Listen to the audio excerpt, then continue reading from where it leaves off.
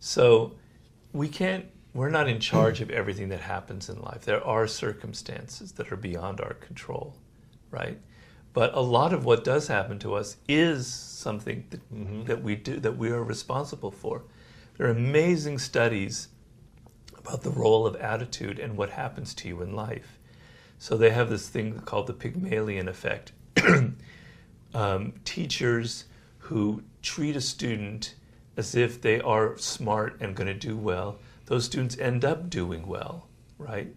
So how you treat people, how you think about yourself has a great impact on what happens to you. When doctors prescribe a new medication, there's always the same trend that when a new medication has been invented, the success rate is like 80% because people believe in it because it's new.